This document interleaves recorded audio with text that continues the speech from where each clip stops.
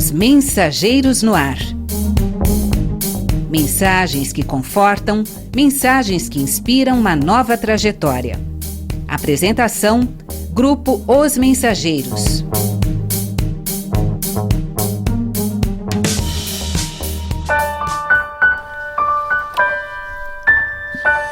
Alô amigos, voltamos ao seu rádio para mostrar outra das cartas psicografadas pelo médium Francisco Cândido Xavier, confirmando a continuidade da vida após a morte do corpo físico.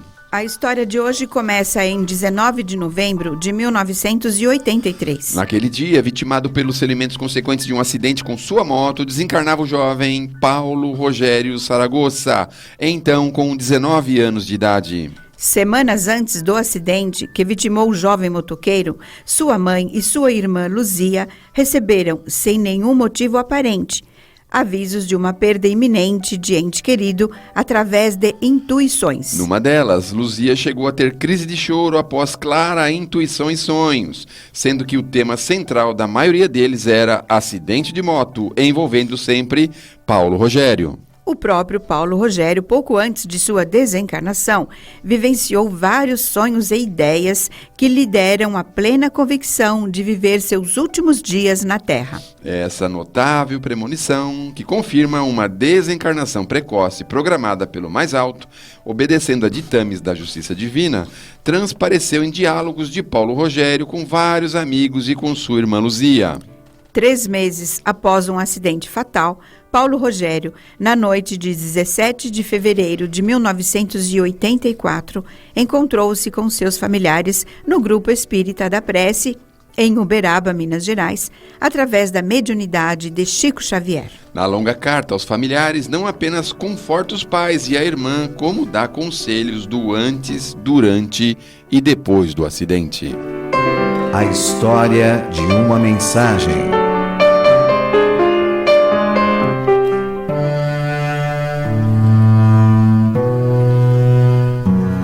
Querida mãezinha Marlene e querido papai Francisco, peço-lhes me abençoem. Estou aqui sob a tutela da vovó Carmen, a benfeitora que me descerrou a visão para a vida nova que o acidente me compeliu a encontrar. Estou surpreendido, baratinado. Uma sala povoada de amigos que não conheço e que acredito igualmente não me conhecem, me concede a oportunidade de escrever estas notícias para a família. Não consigo explicar a mim mesmo o prodígio de que me reconheço objeto, porque, habituado à querida Motolândia, não me preparei a fim de usar papel e lápis da gentileza de outras pessoas, conquanto pessoas simpáticas e amigas, para tratar de nossos assuntos. Não sei muito, mas creio que devo começar por pedir-lhes não me lastimarem o regresso à vida espiritual em que estou adentrando. A moto não foi a ponte para o alto a que me entreguei de um mundo para o outro. Não me suponham, porém, capaz de haver dado semelhante guinada por mim próprio. A verdade é que no íntimo pressenti o término da minha permanência no corpo. Aquilo era uma fixação. Sonhava, fora transportada a mundo diferente do nosso. Despertava cada manhã na ideia de que trazia na cabeça vozes que me chamavam para a grande transformação e pouco a pouco a certeza de que me achava em véspera de me desvencilhar do corpo físico tomou conta de mim. A moto era meu sonho realizado. Estimava correr, qual se estivesse voando, e respirar ar puro, batido pela máquina como quem havia encontrado caminhos sem poluição. Imaginava-me ganhando competições amistosas e queria o troféu dos vencedores para mostrar que o meu cavalo de nervos, feito de aço, era o mais resistente. Embora isso, a ideia de morrer não era a paixão que possuísse. Queria vida e mais vida. No entanto, lá no fundo de mim próprio, aquele pressentimento me obcecava.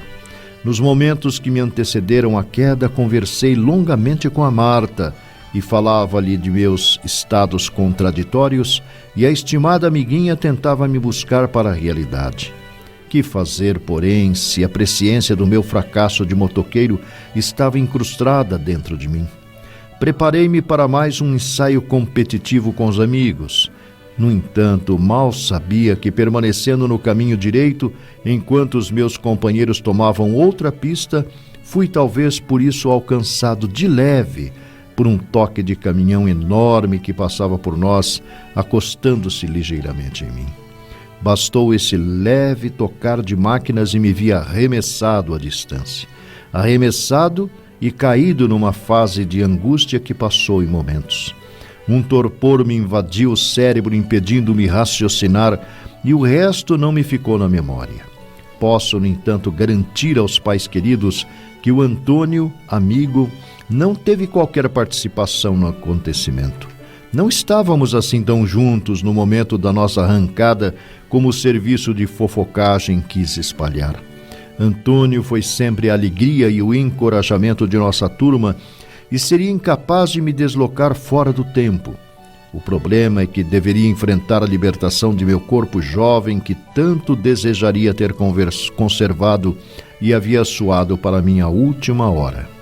Motos, carros, ônibus de todas as modalidades, carretas, comboios, bicicletas e veículo algum guardam a culpa do que sucede aos respectivos usuários. Mãezinha Marlene, auxilie-me com seus pensamentos de conformação e paz. Do sono pesado em que me mostrei, fui acordado pela criatura maravilhosa que me ensinou a chamá-la por vovó Carmen, e surpreendeu-me ao declarar que me queria e me quer bem, tanto quanto a carregou no colo em criança. E sob o amparo desse anjo bom, em forma de parenta e mulher, vou atravessando os dias novos. Peço aos queridos pais não se entristecerem por minha causa, lembrando-nos das queridas irmãs Luzia e Andréia que precisam do amor e proteção qual me acontecia. Espero que me perdoem se fui tão gamado com a minha moto, colocando-a acima de qualquer garota que me oferecesse ocasião para um pedaço de sonho. Ainda não sei porque me agarrei tanto à máquina que sempre me foi favorita, mas a vovó Carmen me esclarece que todo aquele entusiasmo era o anseio de conquistar o espaço e transitar pelos céus. Creio que a minha avó tem razão, embora continue com as minhas fantasias preso à necessidade de caminhar, chumbado à terra ou chumbado ao chão de matéria diferente que nos sustenta aqui a paisagem. Querida mamãe e querido papai Francisco, perdoem-me e queiram-me bem como sempre. Envio um abraço às irmãs queridas e um alô à turma dos companheiros. Não posso escrever mais, ainda não disponho de força bastante para fazer o meu pensamento caminhar no papel. Entretanto, o meu coração está repleto de amor e do reconhecimento com que os tenho comigo lá no fundo de minhas ideias de rapaz, que não chegou a ser filho esperado. Creiam, no entanto, que melhorarei e um dia lhe serei útil na disciplina necessária do filho servidor em que os pais amigos se continuam, pedindo-lhes o auxílio do otimismo de que necessito a fim de reviver por aqui, sem frustrações e sem arrependimentos tardios, reúno-os num só abraço, entregando-lhes todo o carinho que sou capaz de sentir, com as minhas saudades e as muitas esperanças do filho reconhecido, Paulo Rogério Saragossa. Os detalhes de uma mensagem. Premonição. Não sei muito, mas creio que devo começar por pedir-lhes não me lastimarem o regresso à vida espiritual em que estou adentrando. A moto não foi a ponte para o salto a que me entreguei de um mundo para o outro. Não me suponham, porém, capaz de haver dado semelhante guinada por mim próprio. A verdade é que no íntimo pressenti o término da minha permanência no corpo. Aquilo era uma fixação. Sonhava que fora transportado a mundo diferente do nosso. Despertava cada manhã na ideia de que trazia na cabeça vozes que me chamavam para a grande transformação. E pouco a pouco a certeza de que me achava em véspera de me desvencilhar do corpo físico tomou conta de mim. O Livro dos Espíritos, quase meio século antes de Freud, publicou o livro A Interpretação dos Sonhos. apresentava sua original visão dessa experiência natural a todos os seres humanos. Das questões 400 a 415 do mesmo Livro dos Espíritos, explica-nos que os sonhos representam fragmentos de experiências vivenciadas pelo espírito durante o repouso do corpo físico. Afirma que após o relaxamento dos sentidos pela anestesia do sono, do simples cochilo ao sono profundo, o espírito experimenta parcial desprendimento da vestimenta física e vivencia experiências no plano espiritual, das quais conservará flashes de imagens, diálogos e etc., devido às limitações do cérebro físico, projetado para amenizar registros do estado de vigília. Momentos dramáticos. Mamãe, preparei-me para mais um ensaio competitivo com os amigos. No entanto, mal sabia que, permanecendo no caminho direito, enquanto os meus companheiros tornavam outra pista, fui talvez por isso alcançado de leve, por um toque de caminhão enorme que passava por nós, acostando-se ligeiramente em mim. Bastou esse leve tocar de máquinas e me vi arremessado à distância, arremessado e caído numa fase de angústia que passou em momentos. Um torpor me invadiu o cérebro, impedindo-me raciocinar, e o resto não me ficou na memória. Paulo Rogério rememora detalhes dos instantes que marcaram seus derradeiros momentos no plano material. Explica o motivo do acidente e faz referência à perda momentânea da consciência em função do torpor característico do início do processo de desencarnação. Tal relato é melhor explicado na obra O Céu e o Inferno, de Allan Kardec, no capítulo intitulado O Passamento. Dirimindo dúvidas. Posso, no entanto, garantir aos queridos pais que o Antônio, amigo, não teve qualquer participação no acontecimento. Não estávamos assim tão juntos no momento da nossa arrancada, como o serviço de fofocagem quis espalhar. Antônio foi sempre a alegria e o encorajamento de nossa turma e seria incapaz de me deslocar fora do tempo. O problema é que deveria enfrentar a libertação do meu corpo jovem que tanto desejaria ter conservado e havia soado para mim a última hora. Segundo comentários de integrantes do grupo de motoqueiros que seguia na direção dos treinos para a competição, um deles, de nome Antônio, era tido com a responsabilidade no acidente, o que provocou o desespero na família. Na mensagem, porém, Paulo Rogério esclarece os fatos, isentando o amigo de qualquer responsabilidade. Tal detalhe infundiu muita paz entre os Saragossa. Incontestável. Do sono pesado em que me mostrei, fui acordado pela criatura maravilhosa que me ensinou a chamá-la por vovó Carmen e surpreendeu-me ao declarar que me queria e me quer bem, tanto quanto a carregou no colo em criança. E sob o amparo deste anjo bom, em forma de parenta e mulher, vou atravessando os dias novos. Neste ponto, dado indiscutível sobre a autenticidade da mensagem recebida pelo Chico, é a citação da vovó Carmen. Trata-se da bisavó materna, Carmen Piscin Rosa, desencarnada em 15 de dezembro de 1956, portanto, 8 anos antes do renascimento de Paulo Rogério. A pergunta não pode ser respondida de outra forma a não ser pela presença do espírito do jovem. Afinal, a família provavelmente nem cogitava da presença de alguém tão próximo ao lado do rapaz quando de seu despertar no plano espiritual. A íntegra dessa e de outras mensagens poderão ser lidas na obra Caravana do Amor, publicado pela ID de Araras. Refletindo sobre a lei de causa e efeito.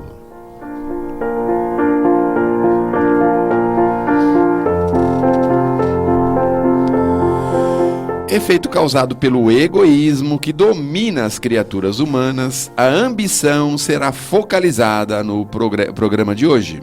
A abordagem pertence ao querido espírito Cornélio Pires, através da mediunidade de Chico Xavier. Recebi a sua carta, meu caro amigo Silvestre. Você faz uma consulta em grave questão terrestre. Você deseja saber o que ocorre aos que se vão para a vida além da morte em desregrada ambição. O amigo não desconhece ambição de fazer bem, anseio de ser melhor, não fazem mal a ninguém.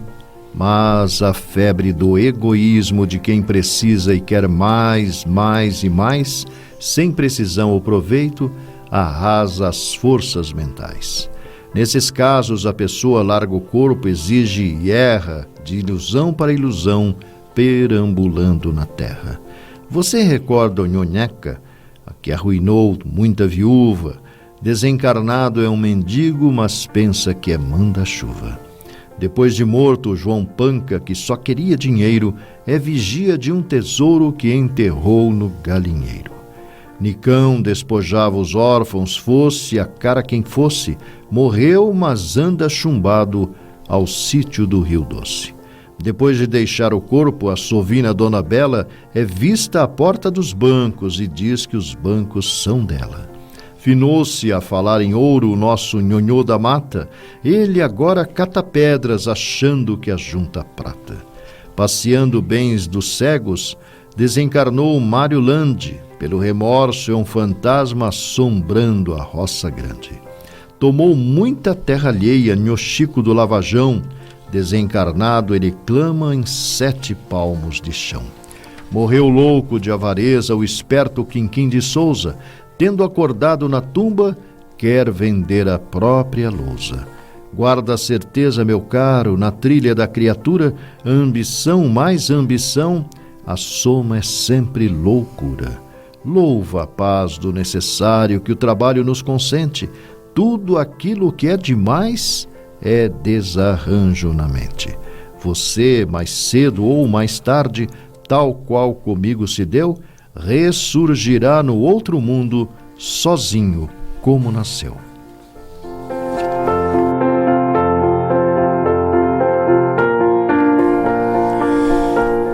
Muito bem, meus amigos, meus irmãos, nós vamos percebendo aí na nossa mensagem, a mensagem de Cornélio Pires, aquela questão da ambição. Nós chegamos no mundo e por aqui passamos, mas por aqui ficamos com esta ideia que é para nós claramente desnecessária. Nós somos bombardeados diariamente com ideias de ambição. Quase todos os dias tem alguém que nos incita. Por que não? Meus amigos, meus irmãos, se tivéssemos que aqui ficar, mesmo assim com ambição, como é que íamos com isso lidar? Por essas questões e por outras, a ambição é ligada ao egoísmo, porque o egoísmo só sabe olhar para si mesmo, dentro de um grande abismo. Por isso, meus amigos, pensemos nesta direção. A soma, a multiplicação e a divisão, do outro lado, não é qualquer coisa, não. Para somar, é preciso dividir. Para multiplicar, é preciso diminuir. Por isso, pensando nessas questões ligadas ao mais além, se cuidado a gente não tomar, nosso remédio vai ser amargo, hein? Por essas questões e por outras, pensemos em abrir mão. Qualquer questão de ambição será para nós um dia motivo de grande aflição.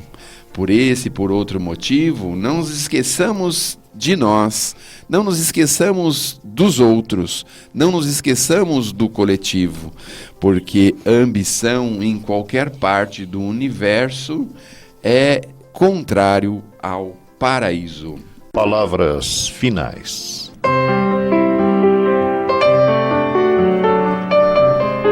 O Grupo Espírita Os Mensageiros é uma entidade dedicada à difusão da mensagem espírita, sobretudo as recebidas pelo médium Francisco Cândido Xavier, e atua de forma gratuita, tanto no Brasil como no exterior, e publica ainda o jornal Os Mensageiros. E o Grupo Espírita Os Mensageiros tem também o seu braço social, a AME, que mantém atividades com moradores de rua diariamente no Glicério e com mães carentes todas as segundas-feiras no Glicério e na cidade de Carapicuíba. Venha conhecer-nos. Escreva-nos para se inteirar das demais atividades do grupo, enviando-nos sua correspondência para a Caixa Postal 522, CEP 010 31 970, São Paulo, SP. Ou então pelo endereço eletrônico mensageiros@mensageiros.org.br. Escreva-nos manifestando seus comentários, críticas, opiniões ou sugestões. Estamos esperando. A apresentação deste programa foi feita por integrantes da equipe Os Mensageiros. Na técnica de som, o Jefferson. E na próxima semana voltaremos com mais uma mensagem e sua história.